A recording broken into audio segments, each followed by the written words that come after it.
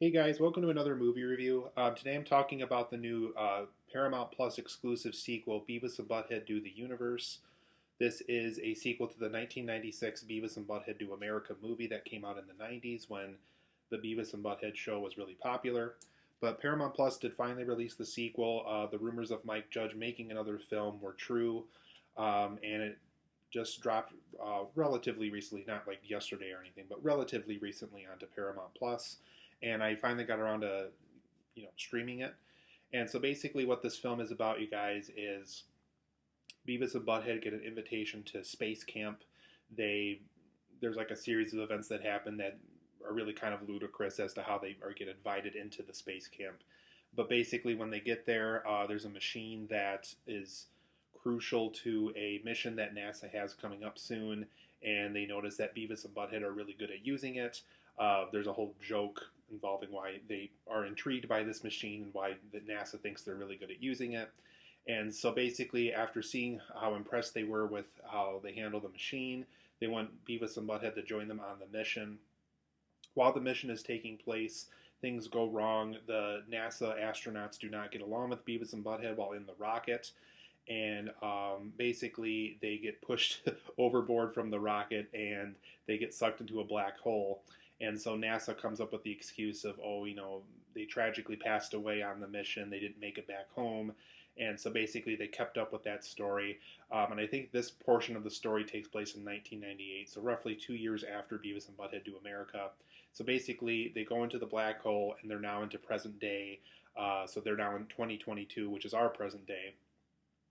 They basically find out what are those NASA employees have been up to over the years, that they successfully made it home.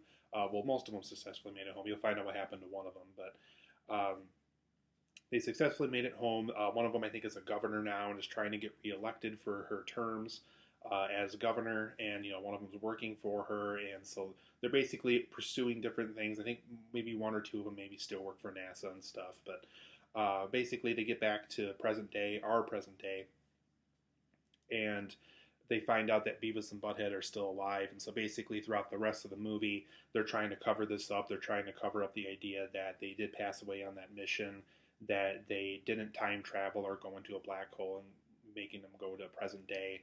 And specifically with this lady trying to run for governor, she's really trying to make sure that they do not publicly get seen and people might publicly recognize who they are and things like that. And so, over the course of this film, Beavis and Butthead have to try to stay alive to people who want them dead, who claim that they were dead on this NASA mission years ago. But overall, guys, I thought this movie was good. It just wasn't great. I really like Beavis and Butthead Do America. I like the Beavis and Butthead show. I'm a casual fan of it. I'm not like a hardcore Beavis and Butthead fan. I've seen people like wear shirts of it and have tons of merchandise all over their house for the show and things like that.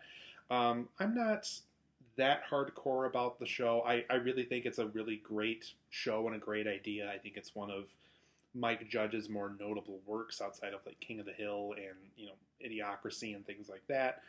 Um, but overall, I think the film is fun to watch. It's not embarrassing. You won't feel insulted if you're a Beavis and Butthead fan. There's just things about it that feel much lower in quality compared to Beavis and Butthead Do America. There's no original songs. The overall plot is just not as fun as the first film. They got more celebrities involved in Beavis and Butthead Do America. We had like Bruce Willis and Demi Moore and Cloris Leachman and people who were alive at the time and who were really popular in the '90s and were of good use for voice acting for that movie. There's just a lot of things this time around that feel much lower quality in how the film was made. You can definitely tell this was made just for Paramount Plus. I think if this was released or made theatrically, maybe they could have put more money into it, and you would have saw those dollars in some of those scenes, because some of these scenes do feel a little cheap, and there's something in my negatives that I'm going to bring up that really kind of show the lower quality of the film, unfortunately. But for my positives and negatives, it is great to see this duo again. It really is great to see Beavis and Butthead do something again. We haven't seen them since the 2011 revival on MTV, back when Mike Judge did try to revive the show back in the day. I saw those episodes. I own the Beavis and Butthead Complete Collection on DVD, so I'm a big enough fan where I own that. I remember watching some of the revival episodes. Yeah, they're not quite as great. They do kind of have this digital filtered look that this film unfortunately also has too. It doesn't feel as hand drawn as some of those older episodes did, but it really is great to see the two of them again. It is great to see Mike Judge pursuing this property again. It's always great to see Beavis and Butthead, and whether it is them going to space or them getting trouble in the USA or any of those kind of things. I love seeing these two characters on screen together. I also like how they try to fit Beavis and Butthead into 2022, how there's certain things that are available now that weren't available in the 90s. Like they try to get used to iPhones, they try to get used to Apple Pay, they try to get used to just all these things that we now have in present day that we just kind of take for granted. And so they really like the idea that they can pay with a phone and things like that. There's just things like that throughout the course of this film that are really fun to see how Beavis and Butthead interpret modern day. There is some Do America settings and nods to that first film.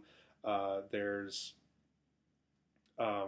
places they go to, things that happen, things that they do that are very much in the spirit of Beavis and Butthead Do America. So for those who are kind of wanting a nostalgia trip kind of back to that first film, there's just enough here where whether it's going to a certain hotel or going to getting in trouble with the government and things like that, there is a lot of that kind of stuff here that they return to from the first movie. So I thought that aspect of the film was kind of fun. They also encounter smarter versions of themselves, so there is kind of a multiverse aspect to this movie. They even try to incorporate Spider-Man into the Spider-Verse and try to explain it to Beavis and Butthead.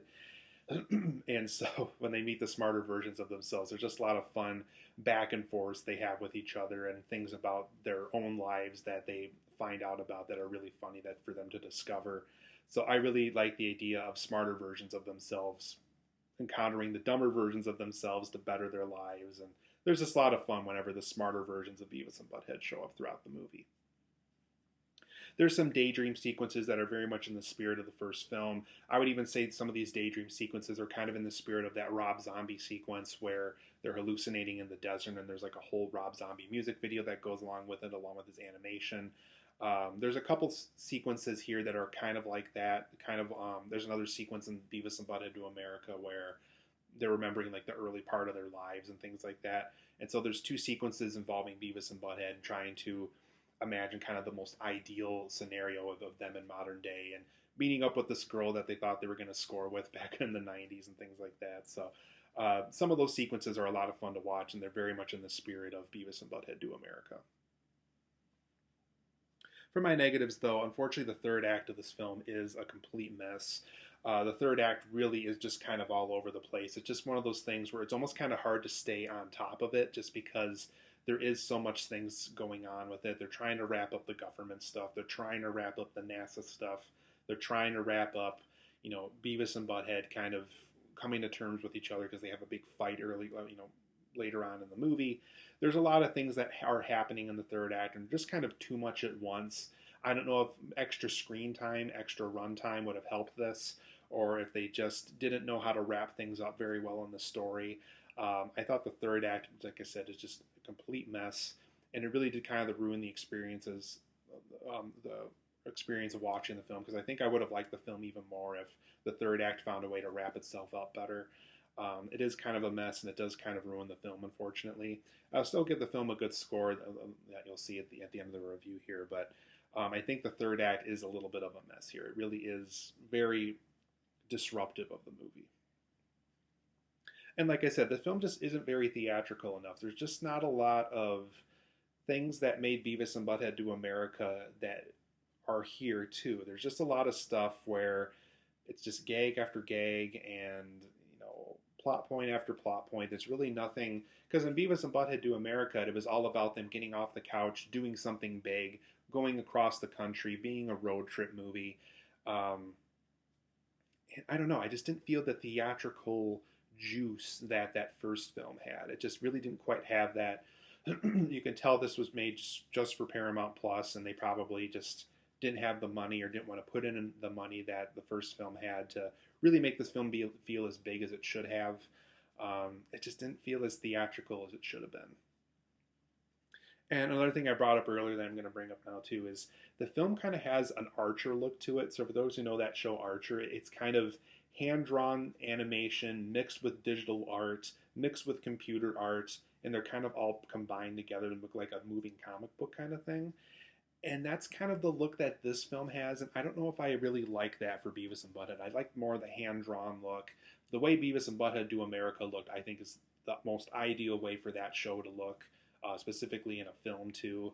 And they don't go, they really try to not match that look very much. And I know, digital art and computer art are the way to do animation now, but you see things like the recent Chip and Dale Rescue Rangers reboot, and you see things like Space Jam 2 that really make the animation feel seamless and make the hand-drawn animations feel seamless. Like kind of like that hand-drawn animation never really left. And so I don't know, there's just something about this film where it almost feels like hand-drawn animation's gone forever based on how this film looks. And I just don't like the way the film looks. I prefer something more hand-drawn for Beavis and Butthead. I don't think the digital look for this show or a movie is a very nice look for this kind of show and for these characters. There really is some pointless gags and repetitive gags here. There's just a lot of scenes where Beavis gets fingers cut off or Butthead gets throws up on somebody, and there's just a lot of scenes where even as a Beavis and Butthead fan, it's just kind of like, okay, let's get over this. Let's move on to the next thing. So there's just a lot of scenes where, though it's trying to trek from new territory, some of the familiar territory just feels a little bit rushed and bogged down, and you can kind of tell how old the property is in certain scenes. There's just a lot of scenes that do feel really repetitive in its gags.